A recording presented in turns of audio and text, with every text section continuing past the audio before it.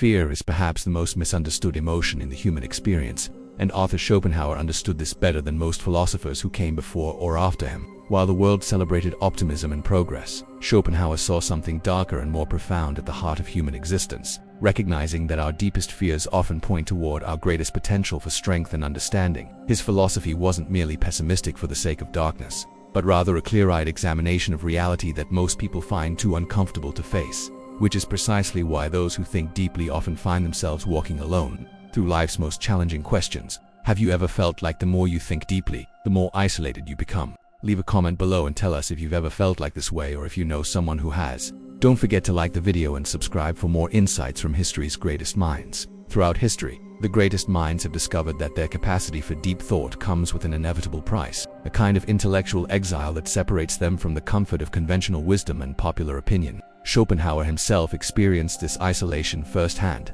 watching as his contemporaries dismissed his work while he toiled in relative obscurity for decades. His lectures at the University of Berlin attracting so few students that he eventually stopped teaching altogether. This wasn't merely academic failure, but rather the natural consequence of presenting ideas that challenged the fundamental assumptions upon which society builds its sense of security and meaning. When we examine fear through Schopenhauer's lens, we begin to understand that what most people fear isn't really death, failure, or pain, but rather the terrible responsibility of seeing reality as it truly is, stripped of the comforting illusions that make daily existence bearable for the masses. The philosopher argued that, at the core of all human motivation lies what he called the will to live, an blind, irrational force that drives us toward survival and reproduction regardless of the suffering these pursuits inevitably create. This will manifest as constant striving, an endless cycle of desire and temporary satisfaction that keeps us trapped in what he saw as the fundamental tragedy of existence. Yet within this seemingly hopeless framework, Schopenhauer discovered something remarkable about fear and its relationship to human strength. Those individuals capable of recognizing and confronting the true nature of existence, those willing to stare into the abyss of meaninglessness and suffering, often develop a kind of resilience and clarity that becomes their greatest asset in navigating life's challenges. Fear, when properly understood and embraced, becomes not an obstacle to overcome but a teacher that reveals the depths of our own capacity for endurance and insight. Consider how this principle played out in the life of Socrates, who spent his days wandering the streets of Athens questioning everything that people took for granted about virtue, justice, and the good life. His famous declaration that he knew nothing while others they believed themselves wise wasn't false modesty but rather a profound recognition of how much courage it takes to admit ignorance and continue seeking truth. Despite the discomfort this creates, the fear that most people feel when their fundamental beliefs are challenged drove them to reject Socrates' questions. But for the philosopher himself, this same fear became a source of strength that allowed him to continue his investigations even when they led to his execution. He understood that the fear of being wrong, of discovering that everything we've believed might be mistaken, is actually the beginning of wisdom rather than something to be avoided at all costs. The isolation that comes with deep thinking isn't accidental but rather an inevitable consequence of stepping outside the shared illusions that bind communities together. When Galileo pointed his telescope toward the heavens and saw moons orbiting Jupiter, he wasn't just making a scientific discovery but threatening the entire cosmological framework that gave people their sense of place and purpose in the universe. The fear that his observations generated in religious and political authorities wasn't really about astronomy but about the terrifying possibility that everything they thought they knew about reality might be fundamentally incorrect. Yet for Galileo himself, this same fear became the driving force that compelled him to continue his observations and defend his findings even under threat of torture and death, demonstrating how fear can transform from a paralyzing force into a source of unshakable determination.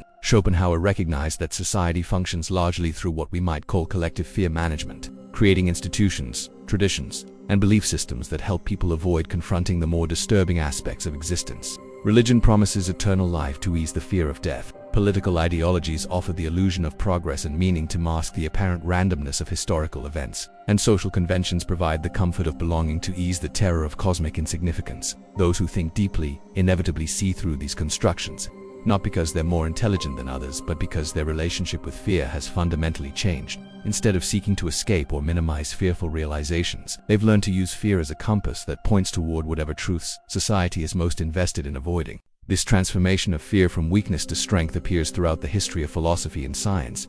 always accompanied by the loneliness that comes with seeing what others cannot or will not see. Nikola Tesla spent years working in isolation on inventions that seemed impossible to his contemporaries, driven not by the promise of fame or fortune but by a kind of fearless curiosity about the fundamental nature of electricity and energy. His willingness to embrace the fear of being wrong, of wasting his life on impossible dreams, allowed him to make discoveries that literally changed the world. Yet this same fearlessness isolated him from normal social connections, leaving him to spend his final years alone in a hotel room, feeding pigeons and contemplating theories that wouldn't be understood for decades to come. The Stoic philosophers understood this dynamic particularly well, recognizing that true strength comes not from the absence of fear but from a transformed relationship with it. Marcus Aurelius, writing in his private journal while campaigning on the frontier of the Roman Empire, repeatedly reminded himself that everything he valued would eventually be lost, that even his memory would fade into insignificance over time. Rather than finding this prospect depressing, he used it as a source of liberation, recognizing that fear of loss and impermanence only had power over him as long as he tried to resist these fundamental facts of existence. By accepting and even embracing the things that most people fear, he developed a kind of inner strength that allowed him to lead effectively while maintaining philosophical equanimity in the face of constant external pressures. Machiavelli's analysis of political power reveals another dimension of how fear can become strength, though his insights proved so threatening to conventional moral thinking that his name became synonymous with evil scheming rather than clear-sighted analysis. When he wrote about the relationship between virtue and effectiveness in leadership, he wasn't advocating for cruelty or deception but rather examining honestly how power actually works rather than how people wish it worked. His willingness to confront the fear that moral principles might not be sufficient guides for political action allowed him to develop insights about human nature and social organization that remained relevant centuries later. Yet this same fearlessness made him a pariah among those who preferred to maintain comfortable illusions about the relationship between goodness and effectiveness in human affairs. The pattern repeats itself throughout intellectual history because there's something about deep thinking that naturally leads to conclusions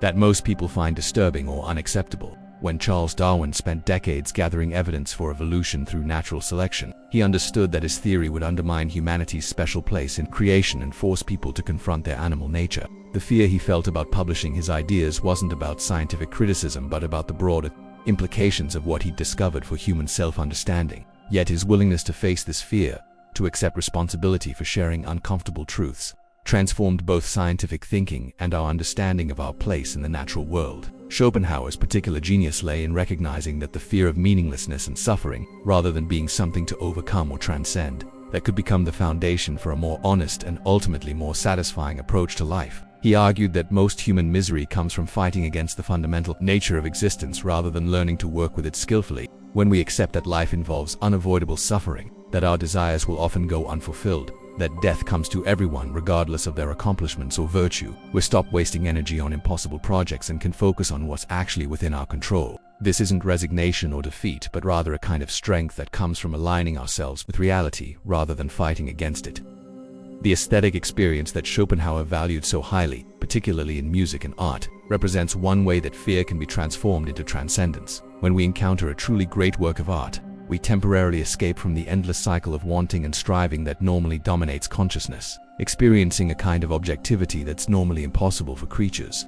Driven by biological needs and psychological desires, this experience requires a willingness to let go of our ordinary concerns and defenses, to become vulnerable to whatever the artwork might reveal about existence. The fear that most people feel when confronted with art that challenges their assumptions or forces them to confront uncomfortable truths keeps them from accessing these transformative experiences, while those willing to embrace such fear find themselves capable of profound insights and emotional revelations. Friedrich Nietzsche, despite his later criticism of Schopenhauer's pessimism, inherited and developed many of these insights about the relationship between fear and strength. His concept of the Übermensch wasn't about physical or intellectual superiority, but rather about the courage to create values rather than simply inheriting them from traditional society. This process of value creation requires confronting the fear that there might be no pre-given meaning or purpose to existence, that we might be responsible for creating whatever significance our lives will have. Most people find this responsibility terrifying and retreat into conventional thinking. But those willing to embrace this fear discover capabilities they never knew they possessed,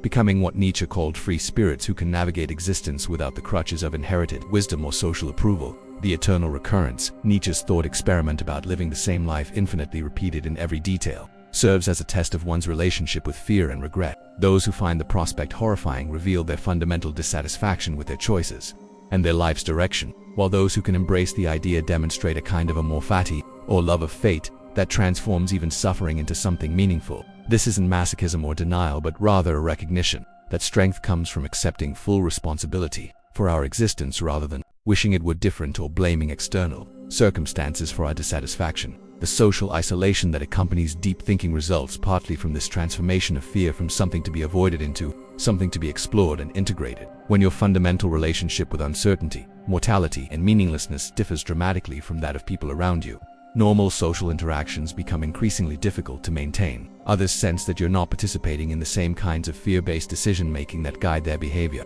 and this difference creates an uncomfortable distance that's hard to bridge through conventional means. You're no longer seeking the same kinds of reassurance or validation, no longer worried about the same kinds of threats, no longer motivated by the same kinds of promises about future happiness or security. This dynamic explains why many of history's greatest thinkers found themselves increasingly isolated as they developed their ideas more fully. The Buddha's insight into the nature of suffering and attachment led him to abandon his family and social position in pursuit of understanding that his contemporaries couldn't comprehend or appreciate. His willingness to confront the fear of losing everything he'd been taught to value allowed him to discover principles of mental training and ethical development that proved transformative for millions of people over subsequent centuries. Yet this same fearlessness made normal relationships impossible, requiring him to create entirely new forms of community based on shared commitment to confronting rather than avoiding life's fundamental challenges. Modern psychology has begun to understand what these philosophers intuited about the relationship between intelligence, fear, and social isolation.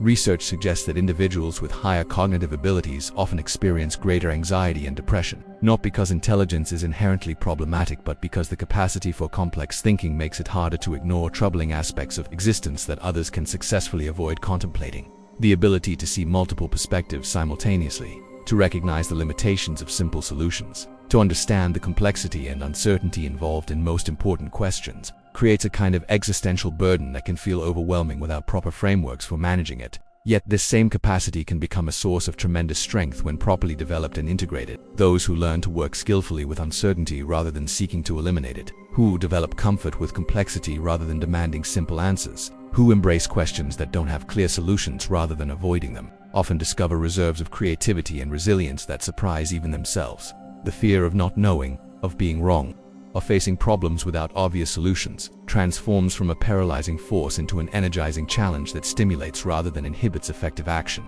Schopenhauer's emphasis on compassion as a natural response to understanding the universality of suffering illustrates how fear-based insights can lead to greater connection rather than isolation.